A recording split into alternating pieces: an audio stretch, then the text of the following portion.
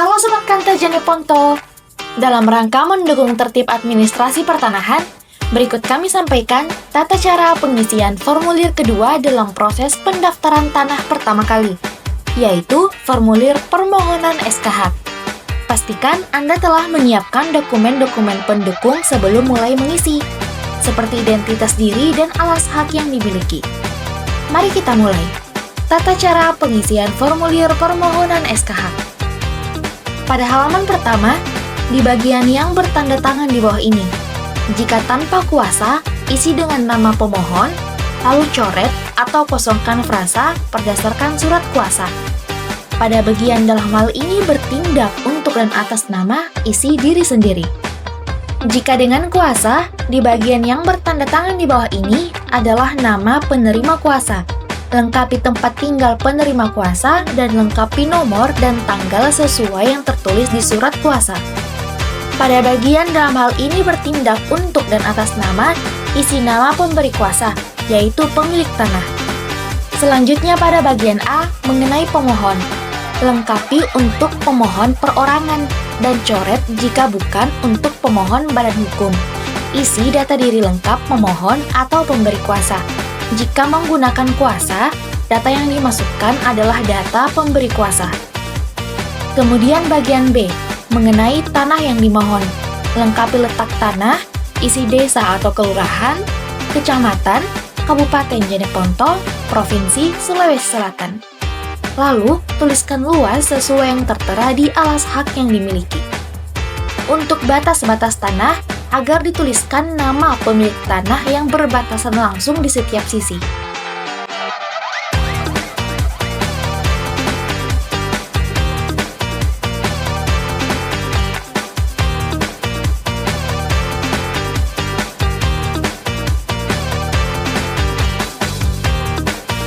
Halaman kedua merupakan lanjutan bagian B. Status tanah umumnya diisi tanah negara untuk permohonan pertama. Jenis atau keadaan tanah ditulis pertanian atau non-pertanian. Dasar perolehan tanah ditulis sesuai alas hak yang dimiliki. Misalnya, surat keterangan, nomor, tanggal. Penggunaan sekarang misalnya kebun, sawah, rumah, ruko, dan lain-lain. Lalu, rencana penggunaan. Untuk apa? Misalnya untuk kebun, sawah, rumah, ruko, dan lain-lain. Kemudian bagian C, kita lihat di nomor 2 mengenai tanahnya. Di sini ditulis dasar penguasaan atau alas haknya. Misal, pada tahun tanah tersebut dikuasai oleh pemberi kuasa berdasarkan surat keterangan, nomor, tanggal. Ini diisi sesuai alas hak yang dimiliki.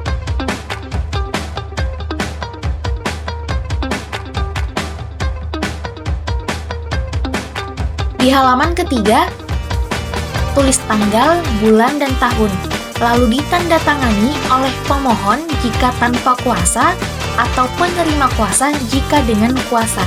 Bubuhkan materai 10.000.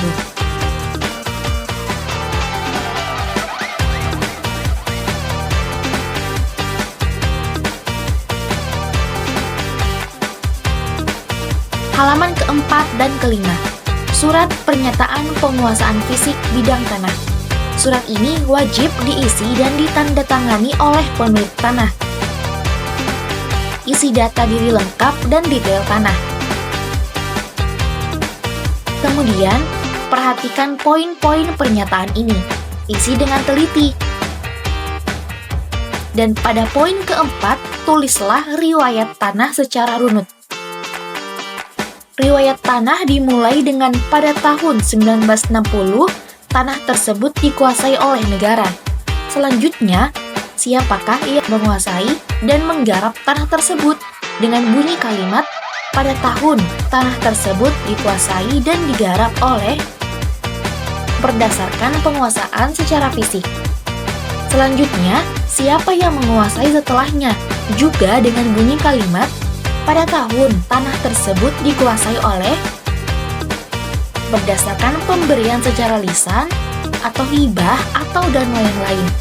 Jika pemilik tanah sebelumnya memiliki alas hak, maka tuliskan pada tahun tanah tersebut dikuasai oleh berdasarkan misal surat keterangan pengoperan hak garap nomor, tanggal. Begitu seterusnya diisi hingga pada tahun tanah tersebut dikuasai oleh Anda selaku pemilik tanah.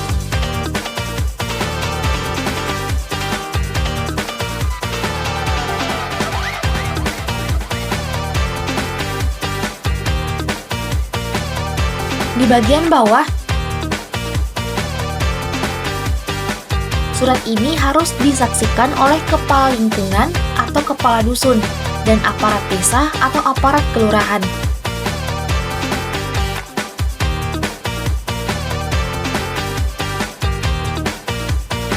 Serta diketahui oleh kepala desa atau lurah. Bubuhkan materai 10.000 pada tanda tangan pembuat pernyataan.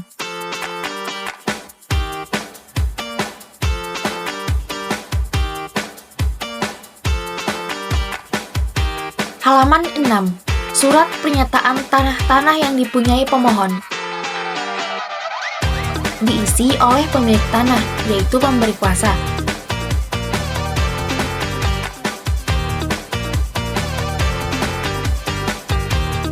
Tulis jumlah bidang tanah dan luas yang dimiliki. Lengkapi tabel dengan rincian setiap bidang tanah, status hak, luas, dan letak. Ditandatangani dengan materai 10.000.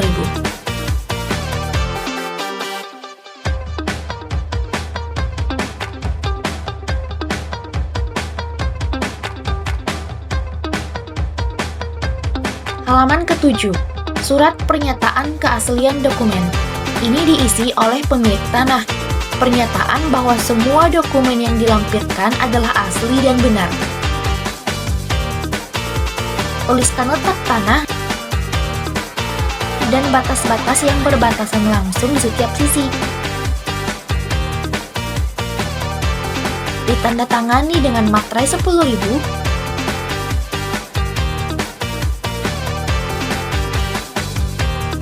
Dan diketahui oleh kepala desa atau lurah.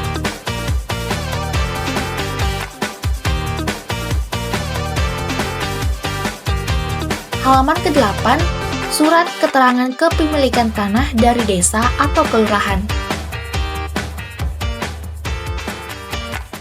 Surat ini diterbitkan oleh kepala desa atau lurah.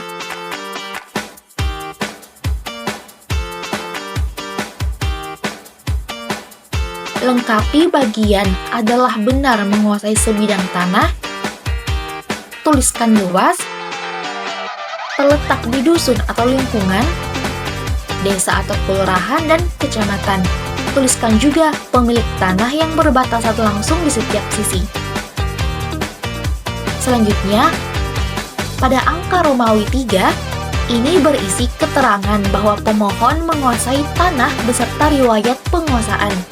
Riwayat penguasaan ini ditulis sama dengan riwayat tanah yang telah dituliskan pada surat pernyataan penguasaan fisik bidang tanah, yaitu pada halaman 4. Ditandatangani oleh kepala desa atau lurah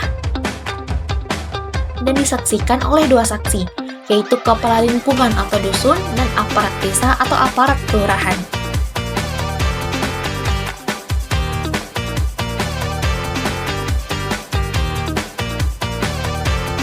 Halaman 9.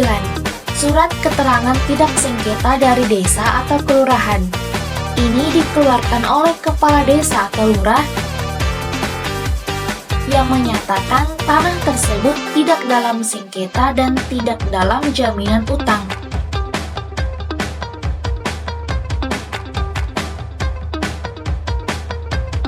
Diketahui dan ditandatangani oleh camat.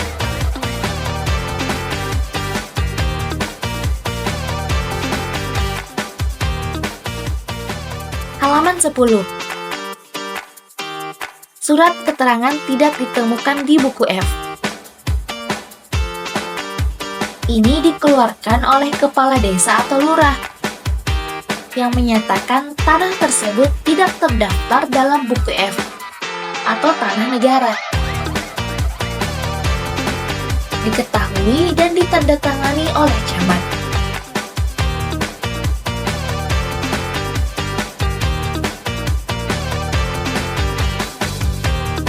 Sobat Kantajene Ponto, itulah tadi tata cara pengisian formulir permohonan SKH. Pastikan semua data diisi dengan lengkap, jelas, dan benar. Untuk informasi lebih lanjut, silakan hubungi loket pelayanan kami di nomor berikut 0823 5226 0939. Terima kasih.